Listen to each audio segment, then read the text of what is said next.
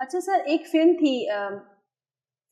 बहुत खूब, जी जी, उसमें आपने 5 एक साथ कैरेक्टर्स की, ये कैसे कर लिए सर आपने? ये बस ये बड़ी ये शुरू की फिल्मों में था जी जी, लेकिन उसमें मुझे बहुत मेहनत करनी पड़ी और उसमें जो लास्ट सीक्वेंस था उस मतलब फिल्म का लास्ट सीक्वेंस था, उसमें उन पांचों कैरेक्टर्स ने, अब 4 कैरेक्टर्स ने तो आना ही आना था। अब उसमें डिफरेंट शेड्स थे, मतलब उसमें फिर एक में मैं वो ख्वाजा सरा बना हुआ हूँ, इसके अंदर एक में पुलिस वाला बना हुआ हूँ, एक में जेब कतरा बना हुआ हूँ, एक में प्ले बॉय बना हुआ हूँ। सो मुझे बार बार उसको गेटअप चेंज करके मुझे करने पड़ते थे और मैं बहुत मुश्किल था वो,